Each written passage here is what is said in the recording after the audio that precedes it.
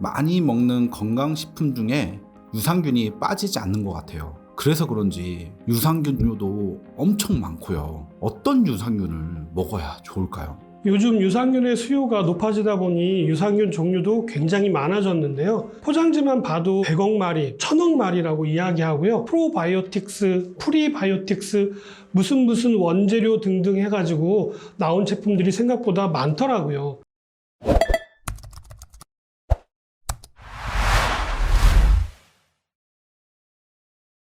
우리 장에는 유익균만 많다고 해서 건강해지는 것이 아니고요. 유해균이 하나도 없다고 해서 건강한 것이 아니기 때문입니다. 최근 들어 유익균, 유해균이 중요한 것이 아니라 균총의 균형이 중요하다는 연구 결과들이 나오고 있다는 사실입니다. 단지 유산균에 집중하는 것은 유산균이 장내 균총의 균형을 조절하는 것이기 때문에 주목을 받는다는 사실을 꼭 기억하시기 바랍니다. 이렇게 많은 유산균 제품을 고르실 때 어떠한 기준에 의해서 선택하는 것이 현명할까요? 각 제품마다 특징이 다르기 때문에 단순 비교하는 것은 어리석은 일일 것입니다. 근본적으로 유산균의 특성에 맞는 기준을 제시하려고 합니다. 유산균 상식에 대한 첫 번째는요, 유산균의 숫자는 의미가 없다라는 것입니다. 보통 유산균 수가 100억 마리, 1000억 마리 이야기하시지만 물론 한 번만 드신다고 한다면 숫자가 클수록 좋겠지만요, 아무리 많이 먹는다고 해도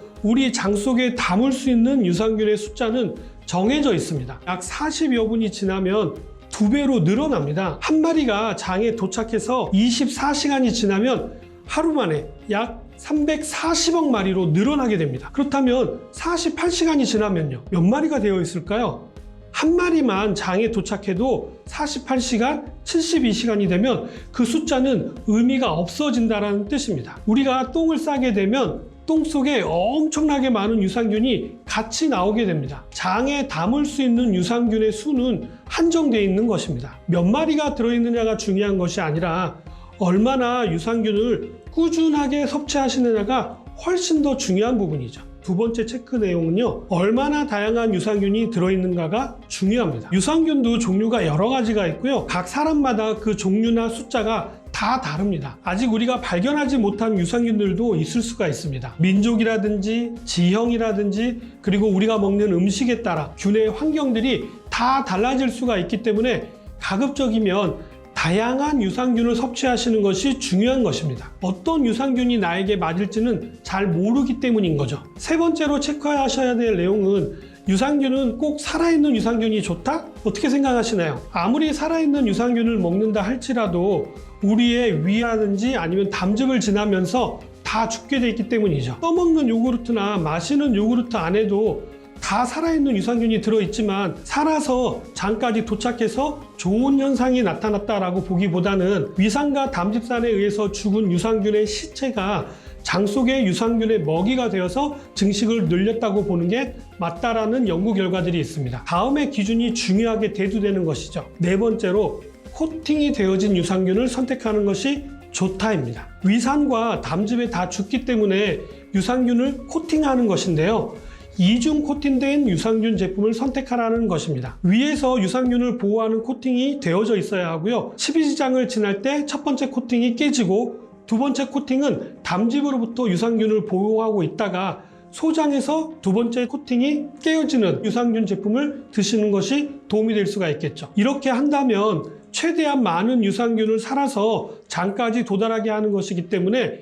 일반 제품에 비해서 효과가 좋을 수밖에 없겠죠. 마지막으로 중요한 것은 유산균이 살아갈 수 있는 장내 환경과 먹이에 집중하라입니다. 프리바이오틱스라고 하는 단어가 만들어지게 된 것입니다. 프로바이오틱스는 장내 균총을 이야기하는 것이지 유산균만을 이야기하는 것은 아닙니다. 유익균이니 유해균으로 나누는 것은 의미가 없기 때문이죠. 그래서 프로바이오틱스라고 하는 단어가 나타나게 된 거고요, 장내 균총이 중요하다라고 이야기하는 것이죠. 다음으로는 프리바이오틱스인데요, 장내 균총의 환경과 먹이 등등을 총칭하는 단어입니다. 프로바이오틱스도 중요하지만 프리바이오틱스도 중요한 시대가 된 것이죠. 아무리 장까지 좋은 유산균이 살아간다고 해도 장에 정착하지 못하면 의미가 없기 때문입니다. 이 환경에 있어서 가장 중요한 것이 집입니다. 유산균이 머물러 살 수 있는 집이 중요한데요. 우리의 장벽은 매끈매끈하고 점액질로 되어져 있어서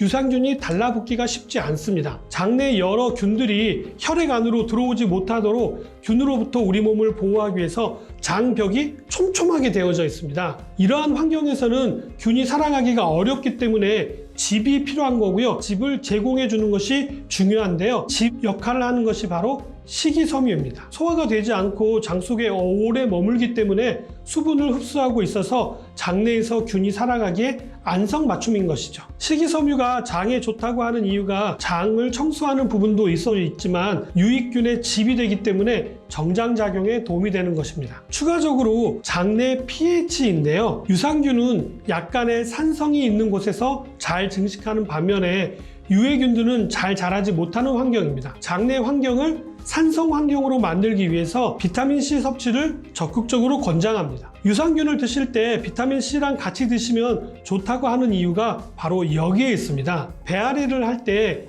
매실 액기스를 마셨던 거, 허준 드라마에서도 나와가지고 한때 매실 주스가 엄청나게 많이 팔렸던 거 기억하시죠? 매실 액기스도 산 발효를 거치면서 산성을 띠게 되거든요. 산성 환경은 유익균은 잘 자라고 유해균은 잘 자라지 못하게 밸런스를 맞춰주는 역할을 하기 때문에 비타민C를 적극적으로 권장해 드립니다. 요즘 마이크로바이옴이라는 게 있던데 유산균과 다른 건가요?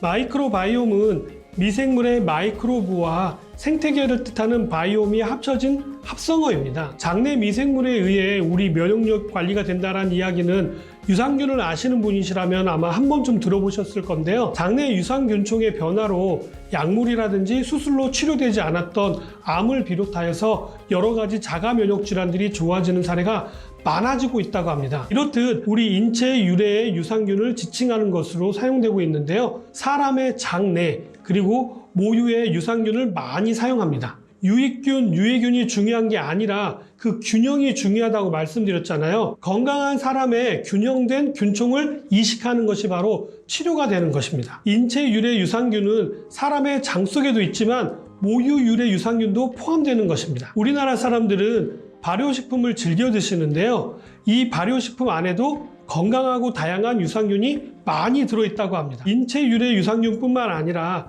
발효식품 속의 유산균도 따로 섭취하시는 것이 좋겠죠. 이러한 것들 중에서도 코팅된 유산균 제품을 선택하시는 것이 도움이 될 수 있습니다. 요즘 통신업계에서는 5G에 대한 얘기하잖아요. 바로 5세대를 이야기하는데요. 유산균도 4세대로 구분할 수가 있는데요. 1세대는 프로바이오틱스 세대라고 얘기하고요. 2세대는 프리바이오틱스 세대라고 이야기합니다. 3세대는 이 두 가지가 합쳐진 신바이오틱스 세대라고 이야기하고요.